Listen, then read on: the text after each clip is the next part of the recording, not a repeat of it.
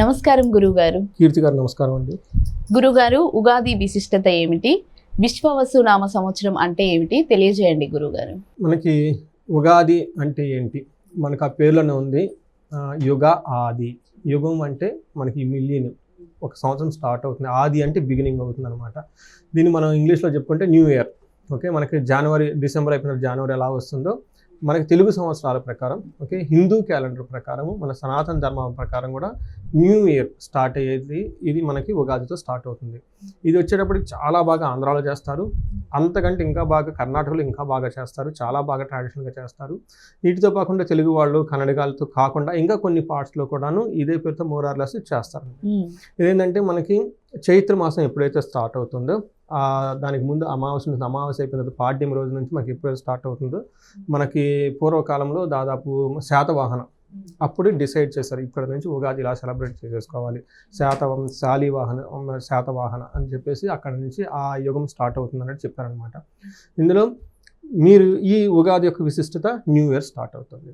అయితే మనకి చాలా మహర్షులు గొప్ప సిస్టాన్ని పెట్టారండి. అందులో వచ్చేటప్పటికి ఆధ్యాత్మికంగా ఉండటము, రాశి ఫలాలు తెలుసుకోవటము, అలానే ఉగాది పచ్చడి చేయటము. ఓకే, ఎందుకంటే జీవితంలో మనకి మంచి చెడు కలిసి ఉంటాయి. సో మనం ఈ మంచి చెడుల్లో కూడా ఆనందంగా ఉండాలి, బ్లిస్ఫుల్గా ఉండాలి. మనం ఎంత స్ట్రాంగ్గా ఉండాలంటే ఆ కింద మంచి చెడులు మనకు టచ్ చేయకూడదు. సో అందుకని ఒక గుర్తుగా మనకి ఉగాది పచ్చడి చేస్తూ ఉంటారు. అయితే ఈ విశ్వవసునామ సంవత్సరం, ఇప్పుడు మనం రాబోయే సంవత్సరాన్ని శ్రీ విశ్వవసునామ సంవత్సరం అంటారు. సో ఈ సంవత్సరం యొక్క పేరును బట్టే ఆ సంవత్సరంలో ఉన్న లక్షణాలు కూడా ఉంటాయి. మీరు గనుక చూసారనుకోండి, లాస్ట్ ఇయర్ ఎలా ఉన్నారు, శ్రీ క్రోధి నామ సంవత్సరం. క్రోధి అంటే కోపం. మీరు గనుక బాగా గమనించారనుకోండి, మనకి చాలా రాజకీయ పార్టీలు ఓడిపోయి వెళ్ళిపోవటం అంటే ప్రజలు వాళ్ళ మీద కోపంతో ఉన్నారు. అలానే రాజకీయ నాయకులు కూడా ప్రజల మీద కక్ష కట్టినట్టు బిహేవ్ చేస్తూ ఉంటారు, అందుకనే కదా వాళ్ళు ఓడిపోయేది. అంతేకాకుండా మనం కనుక చూసుకున్నాం అనుకోండి, ప్రకృతి కూడాను చాలా చోట్ల మనకి తుఫాన్లు వచ్చినాయి, తర్వాత యుద్ధాలు చాలా ఎక్కువ మనకి జరిగినాయి. మనకి ఇంటర్నేషనల్గా చూసుకున్నా కానివ్వండి, అలానే కాలిఫోర్నియాలో అడవులు తగలబట్టడం కానివ్వండి, మనకి యుక్రెయిన్ వార్ కానివ్వండి, తర్వాత రష్యా, దాంతోపాటు మనకి హమాస్ టెర్రరిజం అని కానివ్వండి, ఇజ్రాయెల్ వార్లు కానివ్వండి, అలానే మనకి బంగ్లాదేశ్లో కూడా చూసాం, ఉన్న గవర్నమెంట్ పోయేసి కొత్త వాళ్ళు రావటము, అలానే అక్కడ హిందువులను చాలామందిని ఊచకోత వేయటము, ఇదంతా కోపం అండి. గమనించారా? ఈ సిరీస్ అవి ఎక్కడ ఆగలేదండి, లాస్ట్ వరకు కూడా జరిగిందండి. సో ఈవెన్ మనకి అగ్ని ప్రమాదాలు కూడా చాలా జరిగినాయి. అంటే ఏంటంటే నేచర్ మన మీద, మనుషుల నేచర్ మీద, ప్రభువులు పాలకుల మీద, పాలకులు ప్రభువుల మీద, ప్రజల్లో వాళ్ళకి చాలా ఒకళ్ళ మీద కోపం ఉండేది. ఇది అయిపోయిన తర్వాత సిచ్యువేషన్ మనకి మారుతూ ఉంటుందండి. మనకేంటంటే పూర్వకాలంలో ఇప్పుడు కూడా ఇంట్లో ఎవరైనా ఇద్దరు అరుచుకున్నా, లేదంటే పక్కన వాళ్ళు అరుచుకున్నా, పెద్ద మనుషులు వచ్చి సయోధ్య కుదురుస్తారు. మనం అంతా లెగిసి ముఖాలు చూసుకుంటూ ఉండాలి, ఎంతకాలం పోట్లాడుకుంటాం, ఇదన్నీ వదిలేసి మనం బాయి కలుద్దాం, లేదంటే మనం చుట్టాలము, మనంతా ఒక ఊరు వాళ్ళము, ఎందుకు కలుసుకోవటం అని ఒక సయోధ్యగా కుదిర్చి చక్కగా ప్రాబ్లమ్స్ ఏంటంటే వదిలేసి ఇంకా చాలా పెద్దగా ఉంది, చాలా గొప్ప అవకాశాలు ఉన్నాయి, ముందుకు పోండి, సర్దుకొని పోండి అని చెప్తూ ఉంటారు కదండి. ఆ సిచ్యువేషన్ విశ్వవసు నామ సంవత్సరం. సో విశ్వం అంటే యూనివర్స్ అండి, వసు అంటే సంపద, ఐశ్వర్యం. ఇంకా ఏం చెప్తారంటే వసు అంటే యంగ్ అమ్మాయి అనమాట, కన్య. ఇలా ఏ ప్రకారం అంటే నివాసం కూడా చెప్తారు. సో వసు అంటే నివాసం కూడాను. విశ్వం అంతా పెద్ద నివాసం మనలో ఉంటున్నాం. ఎందుకు చిన్న వాటి దగ్గర గొడవ పడతారు? ఈ విశ్వం అంతా మనతో ఉంది. ఈ విశ్వంలో చాలా గొప్ప గొప్ప శక్తులు మనకున్నాయి, సంపదలు మనకున్నాయి, ఆపర్చునిటీస్ మనకున్నాయి. వాటిని పక్కన పెట్టుకొని చక్కగా అందరం కలిసి మళ్ళీ ఒక బ్యూటిఫుల్ ప్రపంచానికి వెళ్ళిపోదాము. మనకి శ్రీ విశ్వవసునామ సంవత్సరం, దాని ముందు క్రోధినామ సంవత్సరం, ఇలా మనకి మన మహర్షులు గొప్ప సిస్టాన్ని పెట్టారండి. మనిషికి ఆయుష్ 120 సంవత్సరాలు. సో ఏమిటవుతుందంటే మనకి 60 సంవత్సరాలకు పేర్లు ఉంటాయండి. మనం ఎప్పుడైతే 60 సంవత్సరాలు కంప్లీట్ అయిన దానికి షష్ఠి పూర్తి అంటారు. సో మనకి ఆయుష్, మనకి జ్యోతిష శాస్త్రం ప్రకారం కలియుగంలో 120 సంవత్సరాలు. షష్ఠి పూర్తి ఎప్పుడైతే ఫస్ట్ 60 కాగానే మళ్ళీ రెండో సైకిల్ రిపీట్ అయిపోతుంది, అంతటితో ఆయుష్ అయిపోతుంది అనమాట. అయితే ఈ 60 సంవత్సరాలకి ఒక్కొక్క సంవత్సరానికి ఒక్కొక్క పేరు ఉంటుంది. ఈ పేర్లు ఎలా వచ్చాయి? సో మనకి ఏం చెప్తారంటే, నారద మహర్షికి 60 మంది పుత్ర సంతానం అంటారు. ఒక యుద్ధంలో వాళ్ళంతా చంపబడతారు. దాంతో నారద మహర్షికి పుత్రశోకం వచ్చేసి ఆయన ఎప్పుడు నారాయణ నారాయణ అని జపం జపిస్తూ ఉంటాడు కాబట్టి ఆయన నేను నీ నామాన్ని ఎంతగా జపించాను, నాకు ఈ పుత్రశోకం ఏంటి అని చెప్పేసి రోధిచ్చేస్తారనమాట. దానితో విష్ణుమూర్తి కరుణ చెంది సో అయ్యింది ఏదో అయిపోయింది. అయితే ఇదంతా మంచిగా జరిగింది. ఇక నుంచి నీ పుత్ర సంతానము ఈ కలియుగం ఉన్నంత వరకు ప్రతి సంవత్సరాన్ని ఒక్కొక్క కొడుకు వచ్చేసి రిప్రజెంటేషన్ చేస్తూ వాళ్ళు సృష్టి ఉన్నంత కాలము 60 సంవత్సరాలు ఒక్కొక్కరు ఒక్కొక్క తిరుగు వాళ్ళ పేరుతో చేస్తూ ఉంటారు. వాళ్ళు ఏ సంవత్సరానికైతే అధిపతిగా ఉంటారో ఆ సంవత్సరం వాళ్ళ యొక్క పేరుతో పిలుస్తారు. వాళ్ళ యొక్క ఆశయాలకు అనుగుణంగా కూడా ప్రకృతి అంతా నడుస్తూ ఉంటుంది అని చెప్పేసి వరం ఇచ్చి వెళ్ళిపోతారండి. అందుకని ఇప్పుడు మనం ఈ పిలుచుకొని 60 సంవత్సరాలకి ఒక్కొక్క దానికి ఒక్కొక్క పేరు ఉంటుంది. ఆ పేర్లు నథింగ్ బట్ నారద మహర్షి యొక్క సంతానానికి ఉన్న పేర్లండి. గురువు గారు, విశ్వవసు నామ సంవత్సరంలో సింహరాశి వారికి ఎలా ఉండబోతుంది తెలియజేయండి గురువు గారు. మనం శ్రీ విశ్వవసు నామ సంవత్సరం సింహరాశి కనుక చూసుకుంటే వీళ్ళకి ఫస్ట్ మనం ఏ నక్షత్రాలు ఇందులో ఉంటాయో చూస్తే ఇందులో మఖా 1, 2, 3, 4 పాదాలు, పుబ్బ 1, 2, 3, 4 పాదాలు, ఉత్తర ఫస్ట్ పాదం, ఈ నక్షత్రాలన్నీ కలిసి మనకి సింహరాశిలో ఉంటాయి. అయితే ఇందులో పేరు బలం కనుక చూసుకుంటే ఎవరి పేరు బాగా పాపులర్గా ఎవరైతే ఎక్కువ మంది పిలుస్తూ ఉంటారో వాళ్ళ పేర్లో ఫస్ట్ లెటర్ కనుక మా, మీ, ము, మే, మో, టా, టీ, టు, టే ఈ అక్షరాలు ఇదే సౌండ్తో మోరార్లెస్గా ఉన్న పేర్లంతా కూడా మనకి సింహరాశిలో వస్తారు. మనకి కందాయ ఆదాయ ఫలాలు కనుక చూసుకుంటే వీళ్ళకి ఆదాయం 11, వ్యయం 11 అంటే 2 సమానంగా ఉన్నాయి. తర్వాత రాజ్యపూజ్యం 3, అవమానం 6, కొంచెం ఇబ్బందిగా ఉంది అన్నమాట. సో ఇది మీరు కొంచెం గమనించుకోండి. అంటే ఆదాయ వ్యయాలు సరిగా ఉంటాయి కానీ అవమానాలు ఎక్కువ ఉండే అవకాశం ఎక్కువగా ఉంది కాబట్టి కొంచెం వీళ్ళు గమనించుకొని ప్రతిదానికి రియాక్ట్ అవ్వకుండా వాళ్ళ పని వాళ్ళు చక్కగా మంచి ఉద్దేశంతో చేసుకుంటూ వెళ్ళిపోవాలంతే. ఇది మనకి గ్రహస్థితి కనుక చూసుకుంటే వీళ్ళకి శని మీనరాశిలో 29వ తారీఖున అంటే మనకు ఉగాది పండుగ రోజు నుంచి మనకి శని అందులో మీనరాశిలో ఉన్నారు. గురువు వచ్చేటప్పటికి మిథున రాశిలో, రాహుకేతులు వచ్చేటప్పుడు కుంభరాశిలోను, తర్వాత సింహరాశిలో ప్రవేశిస్తారు. 14వ తారీఖున గురువు చేంజ్ అవుతారండి. తర్వాత రాహుకేతులు మే 18వ తారీఖు నుంచి చేంజ్ అవుతూ ఉంటారనమాట. ఈ యొక్క గ్రహస్థితి ఈ చేంజెస్ యొక్క ప్లానెట్ కనుక మనం గమనిస్తే సింహరాశి వారికి ఎలా ఉంటుందంటే స్వల్ప దుఃఖ నిశ్చయం అని చెప్తారు. అంటే వీళ్ళకి కొంచెం ప్రాబ్లమ్స్ అన్నీ వరుసగా వస్తూ ఉంటాయి అన్నమాట ఆకుండా. అంతేకాకుండా స్థాన ప్రాప్తి, గురువు వీళ్ళకి చాలా 11th హౌస్లో ఉండి యోగ్యతను ఇవ్వాలి కానీ వేద ఉండటం వల్ల శనితోటి ఇవ్వాల్సినంత ఫలితం ఇవ్వకుండా తటస్థంగా ఉంటారు గురువు వీళ్ళకి.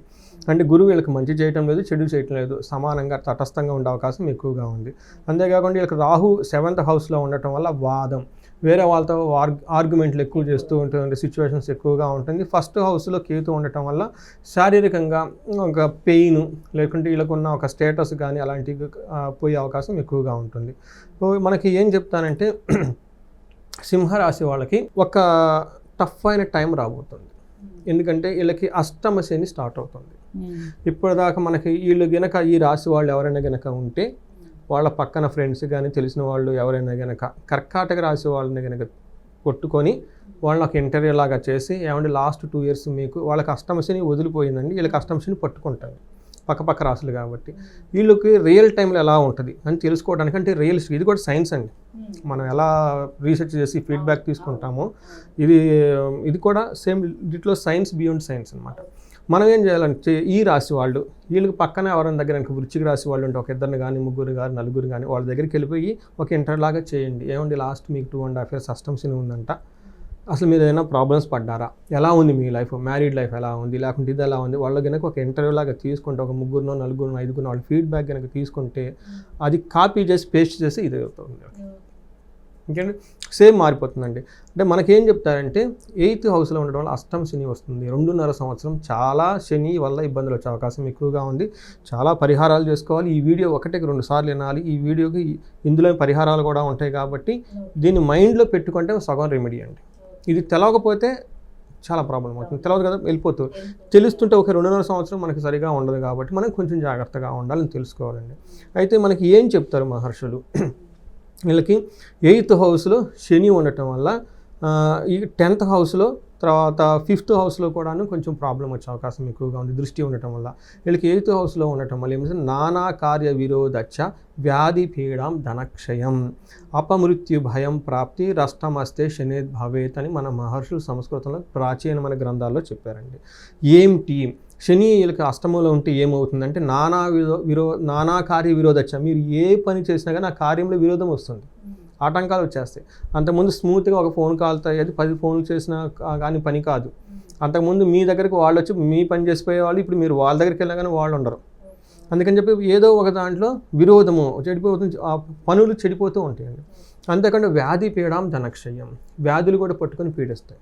ఒకరోజు బాగుంటుంది, ఒకరోజు బాగోదు, ఉన్నట్టుండి సడన్గా బీపీ రైజ్ అవటం, కింద పడిపోవటం, కళ్ళు తిరిగిపోవటము, ఏదో ఒక ప్రాబ్లమ్స్ వచ్చేసి వరుసగా ప్రాబ్లమ్స్ ఇలా చేంజ్ చేస్తూ ఉంటాయి. అందుకని ధనక్షయం. వీటన్నిటికి ముందు కూడా ధనం అనేది అప్పటిదాకా వాళ్ళ దగ్గర దాచిపెట్టుకుని ధనం ఉంటే సడన్గా ధనం అంతా పోతుంది. వీళ్ళు తీసుకెళ్ళి ఈ ధనం అంతా ఒక బిజినెస్లో ఇన్వెస్ట్ చేస్తారు. ఆ బిజినెస్ అసలు ఎక్కరాదు. అంటే ఇది తీసుకెళ్ళిపోయేసి నమ్మకంగా ఏ చీటీ పాటు దేనికి ఎక్కడో పెట్టేస్తారు డబ్బులు, అది డబ్బులు రావు. ఇలా చాలా విధంగా వీళ్ళ యొక్క ధనం ఇప్పటిదాకా దాచుకున్న ధనం ఏమన్నదంటే అది మొత్తం పోయే అవకాశం ఎక్కువగా ఉంది. కానీ చాలా కేర్ఫుల్గా ఉండాలి. అందుకని అపమృత్యు భయం, అనుకోకుండా పెద్ద పెద్ద సంఘటనలు జరిగే అవకాశం కూడా ఎక్కువగా ఉంటుంది. అష్టమంలో శని ఉండటం వల్ల చాలా కేర్ఫుల్గా ఉండాలి. అంటే లైఫ్ అనేది అన్ఎక్స్పెక్టెడ్గా చేంజెస్ ఉంటుంది. అవి కూడా వీళ్ళకి అనుకూలంగా ఉండవండి. 10వ ఇంటి దృష్టి ఉండటం వల్ల లేబర్ అంటే మనీ లాస్ అవుతుంది, ఎంప్లాయ్మెంట్ లాస్, కొంతమందికి ఉద్యోగాలు పోయే అవకాశం కూడా చాలామంది ఎక్కువగా ఉంటుంది. ధనం కోల్పోయే అవకాశం ఎక్కువగా ఉంటుంది. చాలా వర్క్ చేయాలి, చాలా వర్క్ చేస్తే కొద్దిగా లాభం వస్తుంది. ఇదంతా గమనించుకోవాలి. అంతేకాకుండా 10వ ఇంట్లో దృష్టి ఉండటం వల్ల పిల్లలకు కూడా హెల్త్ బాగుండదు. వీళ్ళు చేసే పెద్ద పెద్ద ప్లాన్స్ అన్నీ ఫెయిల్ అయిపోతూ ఉంటాయి. ఇది యాజ్ ఇట్ ఈజ్గా ఓకే. మీరు లాస్ట్ 2.5 years కనుక చూసుకుంటే కర్కాటక రాశి వాళ్ళకి జరుగుతాయి. అంటే ఇది ఇలానే పట్టుకొని ఒక క్వశ్చనేర్ లాగా ఈ రాశి వాళ్ళు, కర్కాటక రాశి వాళ్ళు కనుక ఎంక్వైరీ చేసుకుని ఎలా నిజమేనని, ఆ తర్వాత వీళ్ళు ఓన్లీ సెల్ఫ్ రిట్రాగెట్ చేసుకోవాలి. ఎలా ఉంది, ఎలా లేదు, ఏమవుతుంది, ఏం కాదు, ఈ 2.5 సంవత్సరం మనీ పోయే అవకాశం ఉంది, మనీ ఎక్కువ ఇవ్వకూడదు, పెద్ద పెద్ద ప్లాన్లు చేస్తే అందులో డ్రాబ్యాక్ వచ్చేస్తుంది. పిల్లలు జాగ్రత్తగా ఉండాలి, ఫ్యామిలీ మెంబర్ జాగ్రత్తగా ఉండాలి. సో ఇవన్నీ మీకు జాగ్రత్తగా పెట్టుకొని ఉంటే ఏలినాడు శని ఉండే బాధల నుంచి చాలా ట్రిక్కీగా మనం తప్పించుకునే అవకాశం ఎక్కువగా ఉంటుంది. వీళ్ళకి 11th హౌస్లో గురువు ఉన్నారండి. యాక్చువల్గా 11th హౌస్లో గురువు చాలా యోగ్యతను ఇస్తారు. కానీ శని వల్ల వేద ఉండటం వల్ల ఏమైందంటే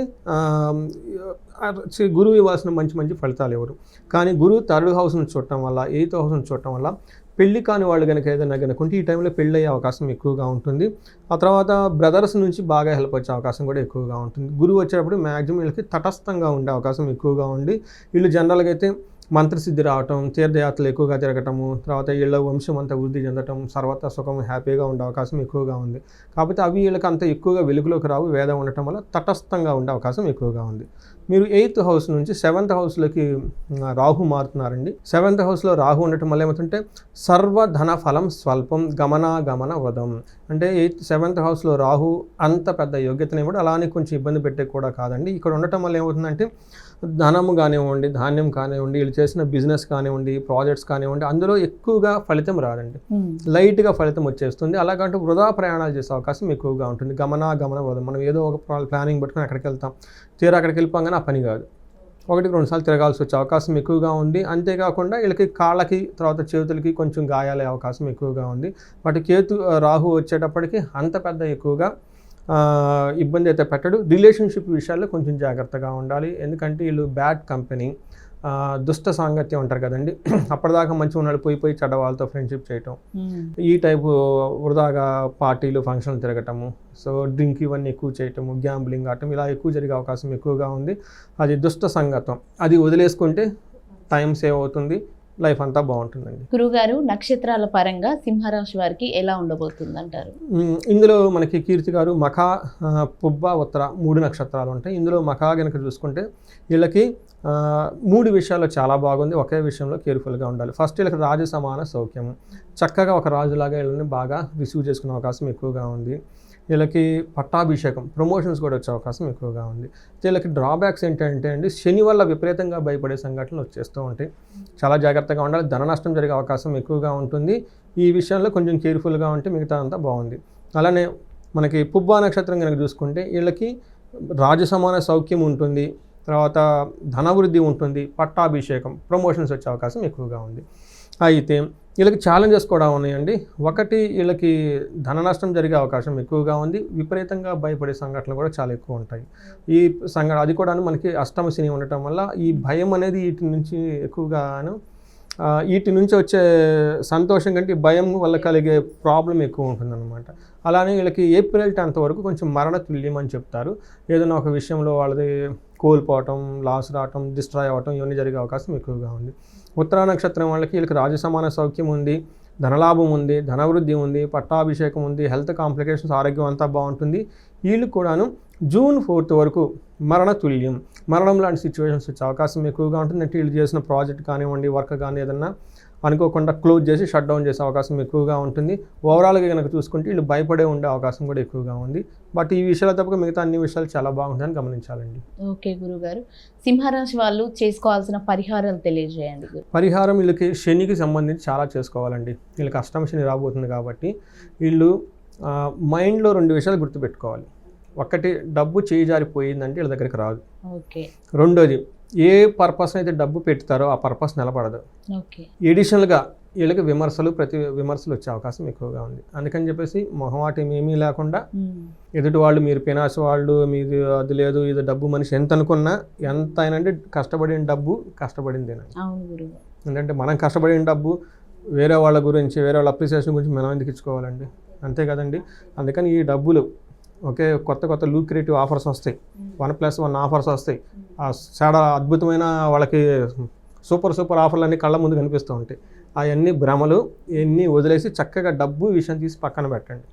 ఎవరైనా డబ్బులు వచ్చినా కానీ డబ్బు మీకు తర్వాత ఇస్తానండి, ఇప్పుడు ప్రస్తుతానికి లేదు అని డబ్బు తీయకుండా ఏ పనైనా చేసుకోవచ్చు. రెండోది, ప్రతి పని లేటుగా అవుతుంది, చిరుగుబురులాడితే కుదరదు.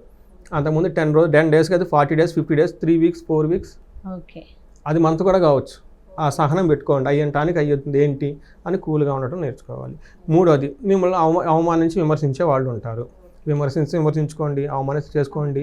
మీకు తిని చక్కగా పడుకొని నిద్రపోతే చాలు, మీ డబ్బులు ఖర్చు కాకుండా ఎదుటోళ్ళు ఏమనుకుంటే మీకెందుకు.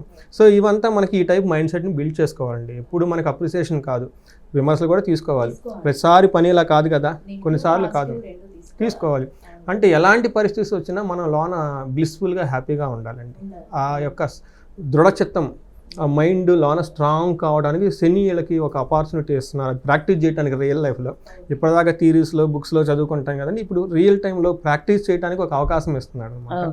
అలా ఈ 3 విషయాలు జాగ్రత్తగా తీసుకుంటూ మనకి ఆధ్యాత్మికంగా కూడా ఉండాలి. ఓకే, అది చేయాలంటే మైండ్ స్ట్రాంగ్ ఉండాలి కదా. మైండ్ స్ట్రాంగ్గా ఉండాలంటే మనం ఆధ్యాత్మికంగా చేయాలి. యోగా చేయటం, మెడిటేషన్ చేయటం, తర్వాత శని పిప్పలాద స్తోత్రం అని ఉంటుంది. దీన్ని ఉదయం సాయంత్రం చక్కగా భక్తిగా చదువుకోవడం, చిన్న శ్లోకం, తర్వాత హనుమాన్ చాలీసా రెగ్యులర్గా చదువుకోవటం, తర్వాత హనుమంతుని గుడికి వెళ్ళటం, తర్వాత శనికి తైలాభిషేకం అంటే చాలా ఇష్టం అండి. నేను అభిషేక ప్రియుడు అనమాట.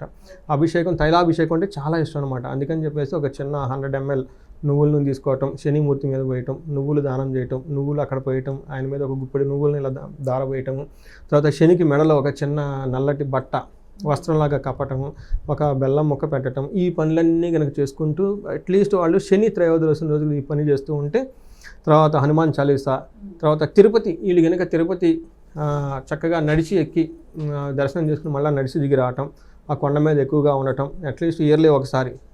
తిరుపతి రెగ్యులర్గా వెళ్ళటం కుదరలేదు అనుకోండి, ఈ 2.5 సంవత్సరాల్లో వెళ్ళి రావటం, ఇలా అన్నీ చేస్తూ వీటితో పాటు సేవ చేయాలి. ఓకే, డబ్బులు ఇన్వెస్ట్ చేయకుండా వాళ్ళకి రోడ్ల మట్టి మనకి చాలామంది అండర్ ప్రివిలేజ్ పీపుల్ ఉంటారండి, ఆశ్రమాలకు వెళ్ళటం, వాళ్ళకి ముసలి వాళ్ళకి పర్టికులర్గా 70% మాత్రమే తగ్గించవచ్చు. 30% వాళ్ళు ఎక్స్పీరియన్స్ అవ్వాల్సిందేనండి. సో ఇవన్నీ చేసుకుంటే చాలా బాగుంటుంది. అయితే వీళ్ళకి మరణ తుల్యం అనే వచ్చే సంఘటన కూడా ఉందండి. వాళ్ళు ఉన్న సమస్య తీవ్రతను బట్టి అమృత మృత్యుంజయ మంత్రాన్ని చక్కగా చాంట్ చేసుకుంటూ ఉండాలి. ఆయుష్ సూక్తంతో పాటు అమృత మృత్యుంజయ మహామంత్రంతో పాటు హోమాలు గడగడ చేసుకుంటూ ఉంటే ఎవరికైనా క్రిటికల్గా హెల్త్ కాంప్లికేషన్స్ ఉంటే వాటి నుంచి బయటపడే అవకాశం చాలా ఎక్కువ ఉంటుందండి. ఓకే గురుగారు, సింహరాశి గురించి, వాళ్ళు చేయాల్సిన పరిహారాల గురించి చాలా చక్కగా తెలియజేశారు. ధన్యవాదాలు గురుగారు. ధన్యవాదాలండి.